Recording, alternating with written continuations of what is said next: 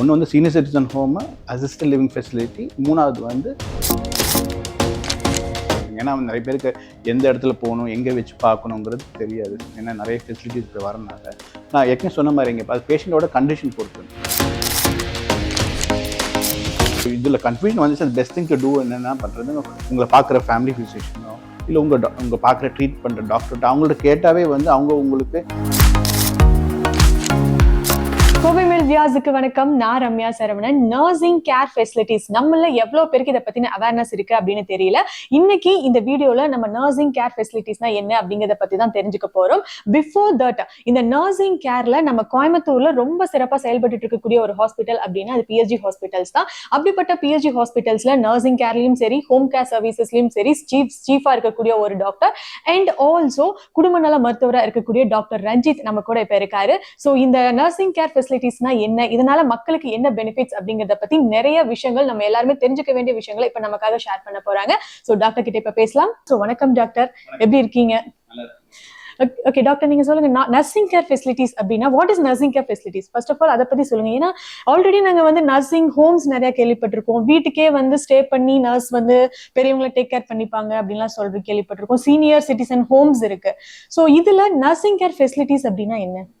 இது ஒரு நிறைய கன்ஃபியூசிங் டேர்ம் தாங்க இது ஆக்சுவலி. ஏன்னா இப்போ கோயம்புத்தூர்ல பார்த்தீங்கன்னா, எஸ்பெஷலி இந்த வடவள்ளியா, பேரூர் அந்த ஏரியாலாம் பார்த்தீங்கன்னா நிறைய வந்து சீனியர் சிட்டிசன் ஹோம்ஸ் வந்துட்டு இருக்கு. இப்போ சீனியர் சிட்டிசன் ஹோம்னா பேஷண்ட் ஜென்ரலாக வந்து ஒரு நல்ல பேஷண்ட் ஹெல்த்தியாக இருப்பாங்க. ஒரு 60 இயர்ஸ்க்கு மேலே இருக்கவங்க வந்து கொஞ்சம் ஹெல்த்தியாக இருக்கிறவங்க வந்து அவங்க ஒரு காமன் ஏரியாவில் அவங்களுக்கு சின்ன சின்ன மெடிக்கல் நீட்ஸ் இருக்கலாம், அப்பப்போ டாக்டர் பார்க்க வேண்டியிருக்கலாம். ஆனால் ஜென்ரலாக ஓவராலாக பார்த்தா அவங்க ஹெல்த் நல்லா இருக்கும். அது மாதிரி இடத்துல இருக்குதான் இப்போ நிறைய நீங்கள் கேள்விப்பட்டிருப்பீங்க, நானி அது மாதிரி நிறைய சீனியர் சிட்டிசன் ஹோம்ஸில் இருக்குங்க. இப்போ பேஷண்ட்ஸ் யூஸ்வலாக அந்த இடத்துல கொஞ்சம் ஹெல்த்தியாக இருக்கும், அந்த இடத்துக்கு போவாங்க. அங்கே போய் அவங்க நீட்ஸில் தேவையான அவங்களுக்கு வேண்டிய ஃபெசிலிட்டிஸ் எல்லாம் அங்கே இருக்கும். அவங்களுக்கு ஒரே இடத்துல இருக்கும். அங்கே டாக்டர்ஸ் போய் அவங்களுக்கு விசிட் பண்ணுவாங்க. அது மாதிரி ஒரு ஃபெசிலிட்டிஸ் நிறைய இப்போ வந்துட்டு இருக்குங்க. இப்போ அதுக்கு மேலே வந்து நர்சிங் நீட்ஸ், அதாவது 2 ஃபெசிலிட்டிஸ் இருக்கு. ஒன்று வந்து அசிஸ்டட் லிவிங் ஃபெசிலிட்டி, வாழ்க்கை உதவி மையங்கள் சொல்லுவாங்க அதுக்கு. அது என்ன ஆகுனா, ஒரு பேஷண்ட்ஸ்க்கு வந்து ஒரு ஸ்டேஜுக்கு மேலே வந்து அவங்க ஹெல்த் டீட்ரியேட் ஆகும்போது அவங்களுக்கு வந்து இப்போ நாளுக்கு நாள் செய்ய வேண்டிய வேலைகள், சாப்பிட்றது, குளிக்கிறது, அவங்க மெடிசின்ஸ் எடுத்து இதெல்லாம் சிலப்போ அவங்களுக்கு பண்ண முடியாமல் போகும். அது மாதிரி அவங்களுக்கு வந்து தேவையான அசிஸ்டன்ஸ் கொடுக்கறது தான் வந்து அசிஸ்டட் லிவிங் ஃபெசிலிட்டிஸ்ன்னு சொல்கிறாங்க. அதுவும் இப்போ நிறைய இடத்துல வந்து வந்துட்டு இருக்காங்க. அது மாதிரி ஃபெசிலிட்டிஸ் கொண்டு வந்துட்டு இருக்காங்க.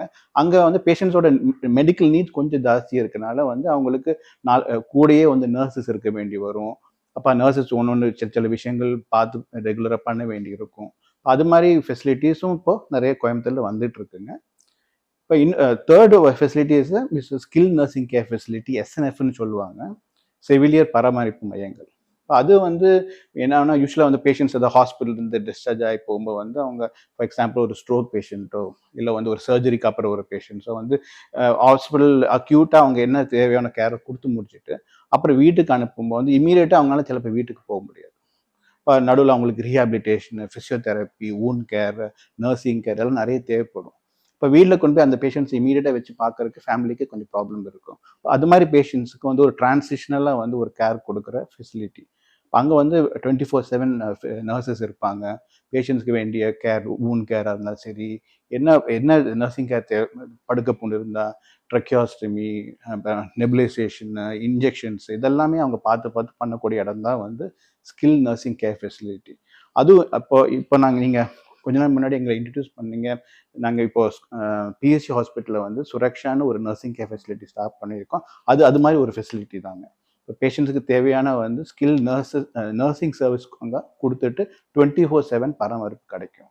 அது வந்து ஒரு ஸ்கில் நர்சிங் கேர் ஃபெசிலிட்டி. அப்போ ஒன்று வந்து senior citizen home, assisted living facility, மூணாவது வந்து ஸ்கில் நர்சிங் ஃபெசிலிட்டி.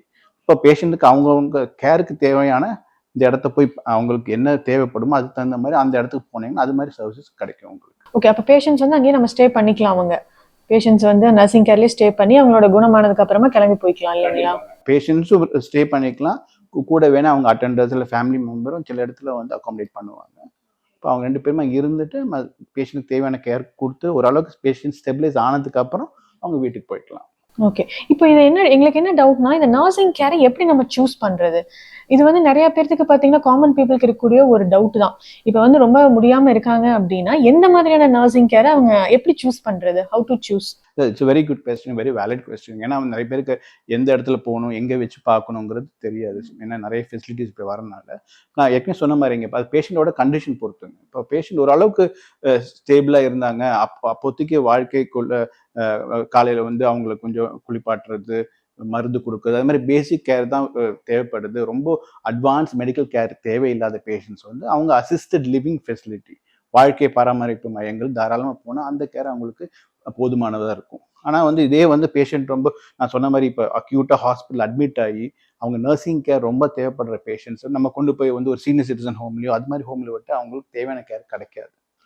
அப்போ அந்த மாதிரி பேஷண்ட்ஸ் வந்து இது மாதிரி ஸ்கில்டு நர்சிங் ஃபெசிலிட்டி, செவிலியர் பராமரிப்பு மையத்துக்கு போகிறது பெட்டர்.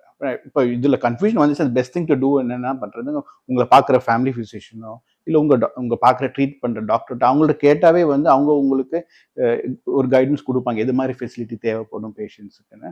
அவங்க கைடன்ஸ் எடுத்துட்டு அதுக்கப்புறம் நீங்கள் இந்த ஃபெசிலிட்டி போய் விசிட் பண்ணீங்கன்னா அங்கே அவங்க என்ன மாதிரி கேர் கொடுப்பாங்க உங்களுக்கு தெரிய வரும் இல்லையா.